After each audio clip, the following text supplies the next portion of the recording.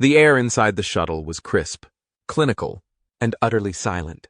General Xal'thar of the Yal'trani sat motionless, his elongated fingers steepled in thought as he watched the planet below grow ever closer through the viewport. Earth, a world of blue and green wrapped in white clouds. It looked unimpressive. His orders were simple: assess the military capabilities of humanity and determine their value to the Galactic Union. Everything the Union had gathered about humans painted them as eager, cooperative, and largely harmless, a species of diplomats, explorers, peacemakers. And yet, something didn't sit right with him. He had studied every new species inducted into the Union, and humanity's case was odd. Their homeworld, with its violent weather and high gravity, should have produced a hardened, warrior-like race. But the humans he had encountered in diplomatic meetings were polite, soft, almost naive in their friendliness. That was why the Union had welcomed them in so quickly. They posed no danger, or so they thought. As the shuttle descended through Earth's atmosphere, the turbulence barely registered. But Xal'thar felt something else, a whisper of unease curling in his mind. His people were masters of probability analysis, their minds tuned to detecting inconsistencies and subtle warnings in the grand patterns of existence. And right now, every instinct he had told him something about this was wrong. The hatch hissed open, revealing the stark, gray landing pad of a human military base. A wall of heat and unfamiliar scents hit him. Oil, sweat, and something else, something sharp. It smelled like readiness, the kind of scent found on the eve of battle, not in the heart of a peacemaking species. A figure stood waiting at the end of the platform, tall, broad-shouldered, and weathered by experience. General Gabriel Hunter. Hunter wasn't what Xal'thar had expected. His military dossier had mentioned that the man was a decorated soldier, but it hadn't captured the way he carried himself. He moved like a predator, controlled, deliberate, powerful. One thing stood out immediately. He was damaged. A cybernetic left arm gleamed in the midday sun, metallic joints moving with unnatural precision. A black eye patch covered the left side of his face, the scarring around it a stark reminder of a wound. And yet, despite all that, the man smiled. "General Xal'thar, welcome to Earth." His voice was deep, steady, unshaken. There was no deference, no attempt to impress, just a simple acknowledgement. Xal'thar stepped forward, his thin frame dwarfed by the human. "Your hospitality is appreciated. General Hunter, I trust my visit has not inconvenienced you?" Hunter's smile widened, but there was something behind it, something sharp. "Not at all," he said easily. "I always enjoy showing our allies what we're capable of." A subtle shift in his tone, a message wrapped in politeness. Xal'thar filed it away. Behind Hunter, another figure approached, a woman, younger but just as deadly in her presence, Captain Maya Pierce. If Hunter was a storm contained, Pierce was a spark waiting to ignite. Her dark eyes held something that felt almost inhuman in its intensity, like she was waiting, begging, for someone to give her a reason to act. She saluted Hunter, her voice crisp. "Sir, the demonstration is ready." Hunter nodded, turning back to Xal'thar. "Shall we begin?" Something about his tone sent a ripple down Xal'thar's spine. He had attended hundreds of military assessments before, and this wasn't how they started. Like they already knew what he was going to find, and that was the first moment Xal'thar felt it. Hunter led Xal'thar through the military complex, his gait unhurried, almost casual. Yet every step was purposeful. Xal'thar noticed it immediately. This was not a man who needed to prove anything. He did not boast, did not attempt to impress, and that, more than anything, unsettled the Yal'trani general. The halls were utilitarian, constructed for function rather than aesthetics. The occasional insignia adorned the steel walls, but beyond that, there was nothing to indicate grandeur or pride. It was unlike any military facility Xal'thar had ever seen. Most species in the Union displayed their victories, their triumphs. War was a statement, a declaration of power. But here, war was a tool, a craft honed in silence. They stepped into an open courtyard, where rows of human soldiers stood in formation, their bodies rigid, their faces unreadable. Xal'thar scanned them quickly.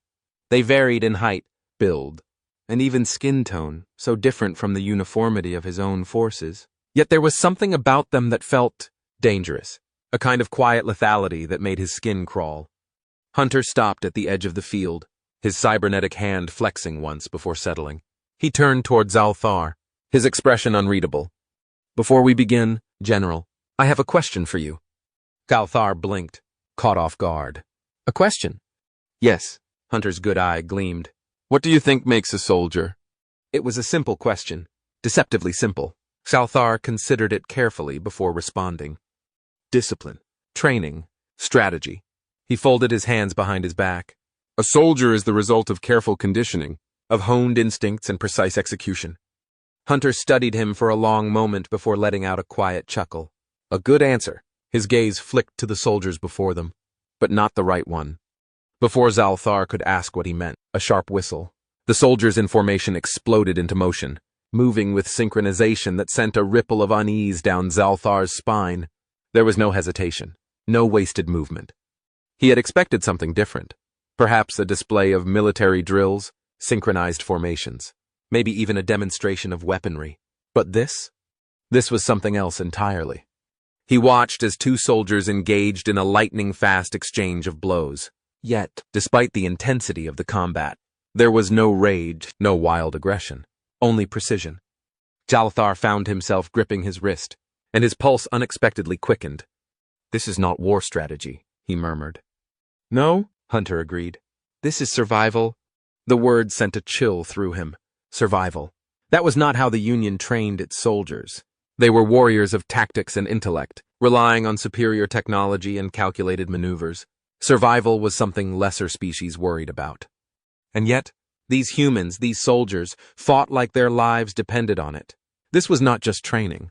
It was muscle memory. A sudden movement caught his eye. Near the center of the field, a figure moved differently than the others. Not just fast, but impossibly fluid. Captain Maya Pierce. She was smaller than most of the men she sparred with, yet she dominated every engagement. Her body was a blur of motion, sidestepping, weaving, striking. He barely had time to register what had happened before she was on him, an elbow pressed against his throat. He tapped out, coughing. She released him instantly, standing, expression unreadable. Hunter turned to Xal'thar. "You see, General, a soldier isn't just discipline or training." He nodded toward the field. "It's will." Xal'thar swallowed the unease in his throat. "Will?" "Yes." Hunter's voice dropped, his expression unreadable. "You can teach a man to fight. You can give him weapons, tactics, and orders. But in the end, what matters is whether he keeps going." Xal'thar said nothing. He had seen 1,000 wars, led fleets into battle, and watched planets. He understood strategy and knew what it took to win. Before he could respond, Maya Pierce turned toward them. Sweat clung to her brow, her breathing measured, but her eyes burned. She met Xal'thar's gaze, and for the first time since stepping onto this planet, he felt small. "So," she said, voice even, "what's next, General?" There was no arrogance in her tone, no challenge, just quiet, undeniable certainty. Xal'thar looked at Hunt, who was watching him with a knowing smile. He was no longer sure who was assessing who. The silence stretched between them for a moment, thick with unspoken challenges. Xal'thar had come here to evaluate humans, to determine whether they were fit for war. Yet, standing before Maya Pierce, with her unwavering stare and the battlefield still echoing with the sounds of sparring soldiers, he felt something entirely unexpected. Hunter broke the silence first. "You seem unsettled, General." His tone was light, almost amused. "Not what you were expecting?" Xal'thar straightened, clearing his throat. "I will admit, your methods are unconventional, but skill alone does not win wars. Technology is the deciding factor in combat. This," he gestured to the sparring field, "is impressive." Hunter exchanged a glance with Pierce. Something passed between them, an unspoken message. She smirked slightly, rolling her shoulders. "Then let's start with something you can understand, General," she said. "Come with me."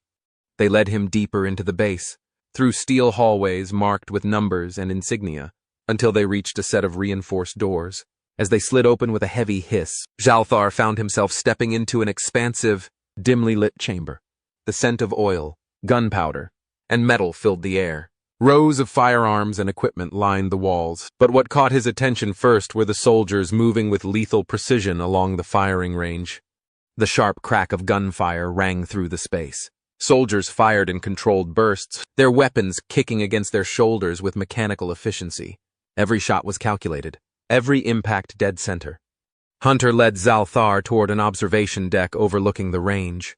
"We train our Marines to fire under every condition," he said. "No targeting assistance, no guidance systems, just raw skill."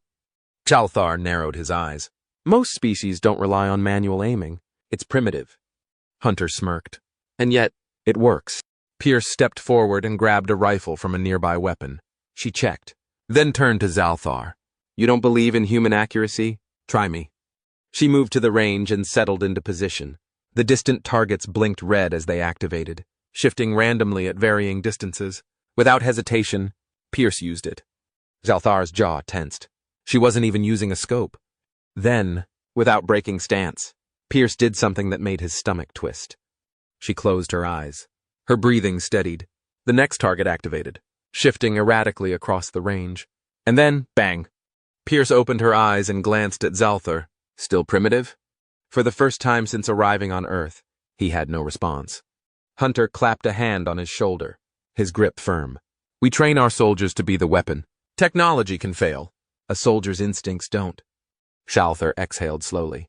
His mind churned, processing, recalculating. This was beyond what he had anticipated.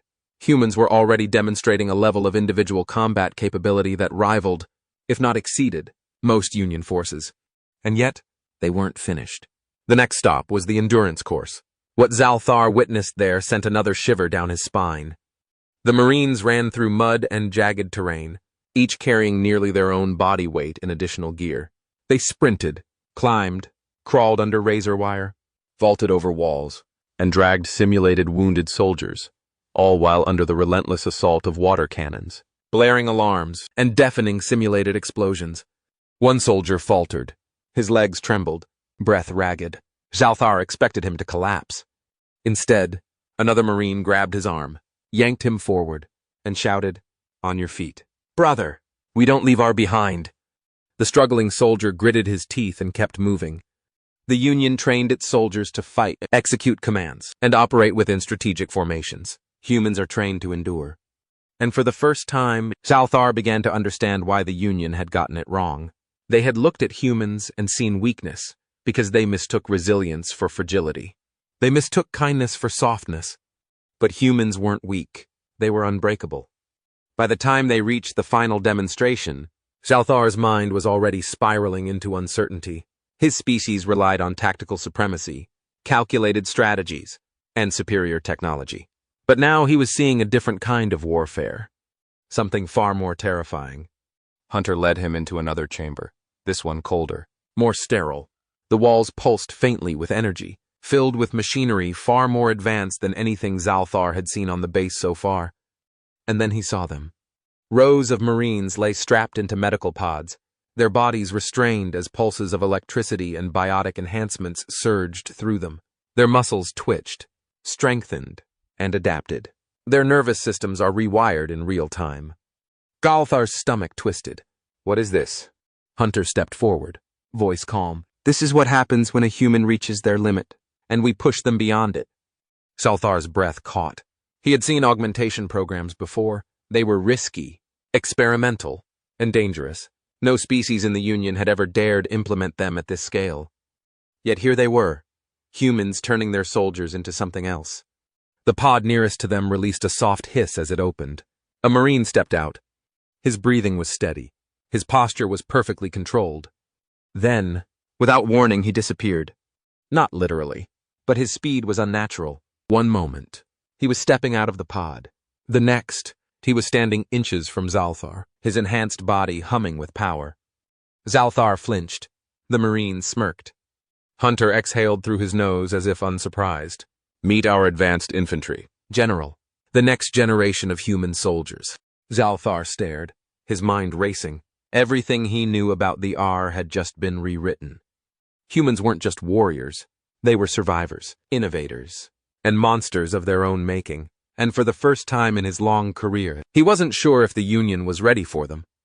The tension in Xal'thar's chest hadn't eased since the last demonstration. It coiled around his ribs like a vice, tightening with every revelation. Each time he thought he had grasped the extent of human capability, they showed him something more, something impossible, something terrifying.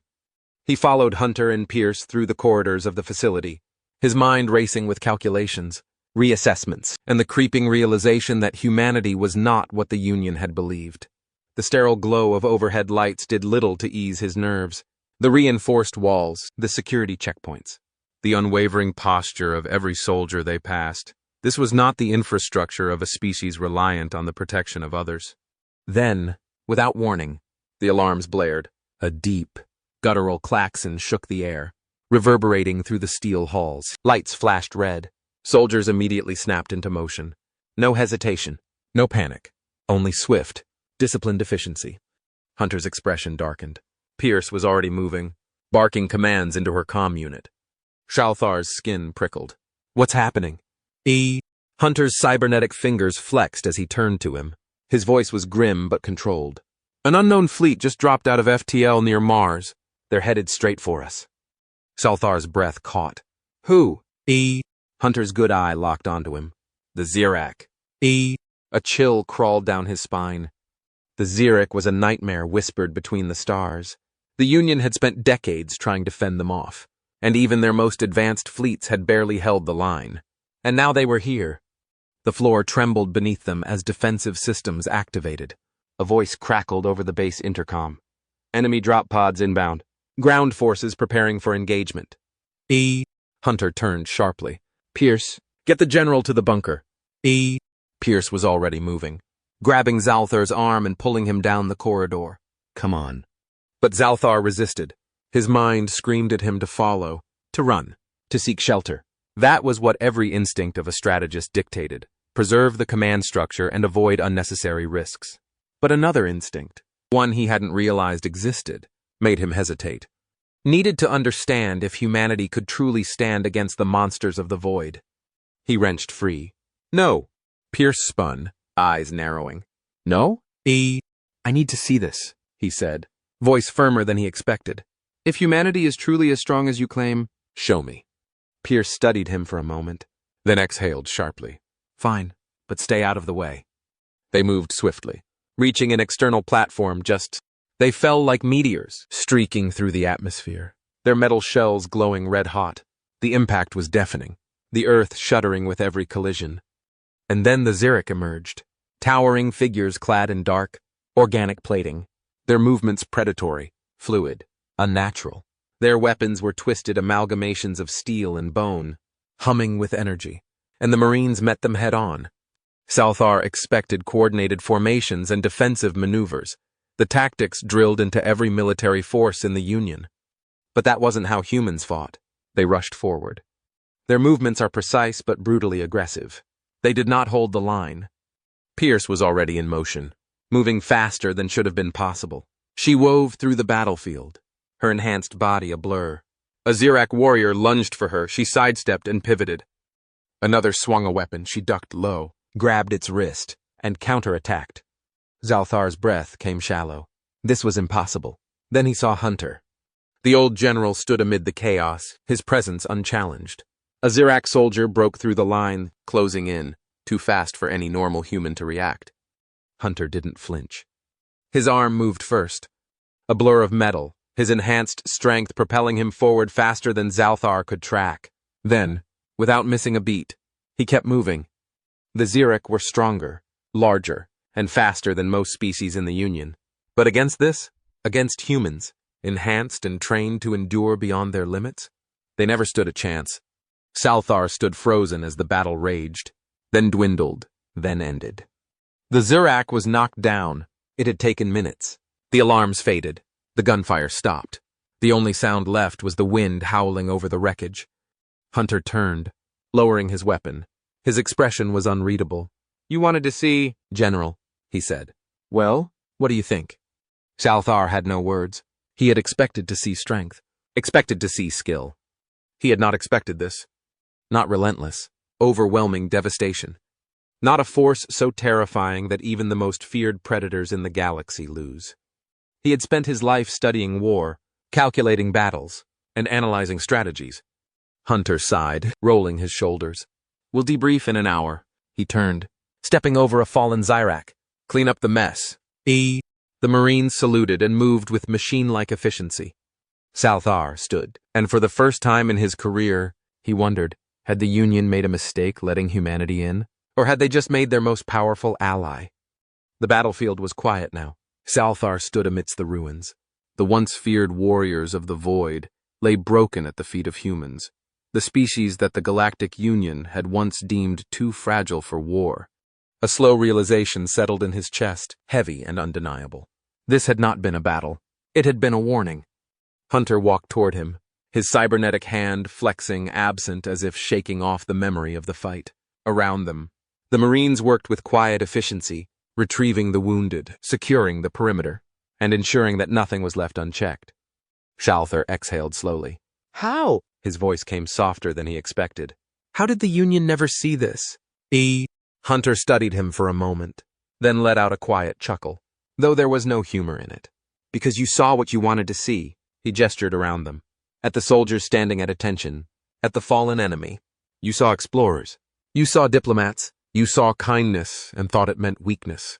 Xal'thar swallowed. And what should we have seen? Hunter's single eye locked onto him. Steady, unshaken. Survivors. The word hung in the air, heavy with meaning. Xal'thar had fought in countless wars. He had studied tactics and witnessed sieges, but this was different.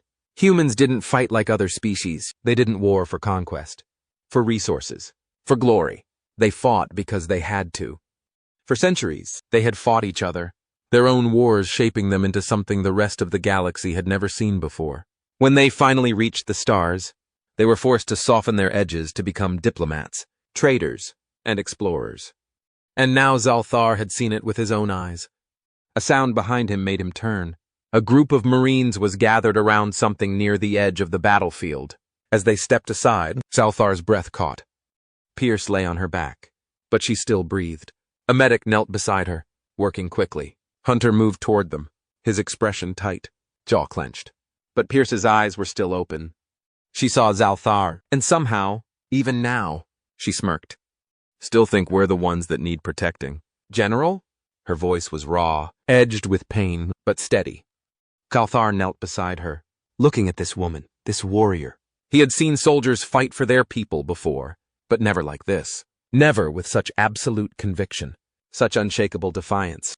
The medic finished stabilizing her, nodding to Hunter. She'll make it. She just needs time.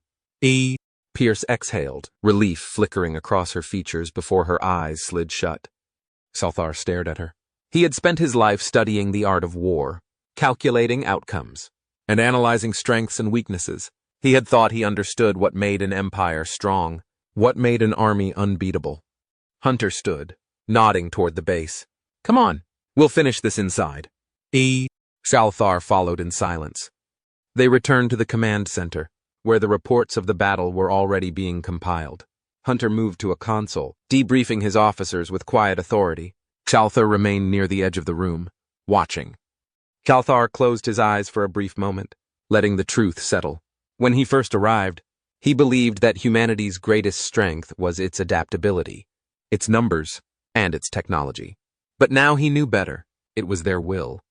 Hunter turned toward him. So, he said, what happens now? Xal'thar straightened. The answer was clear. I return to the Union, he said, and I tell them the truth. Hunter studied him for a long moment, then nodded. As Xal'thar made his way back to the landing pad, he looked at Earth one last time. And now, the Union would know exactly who they had welcomed into their ranks.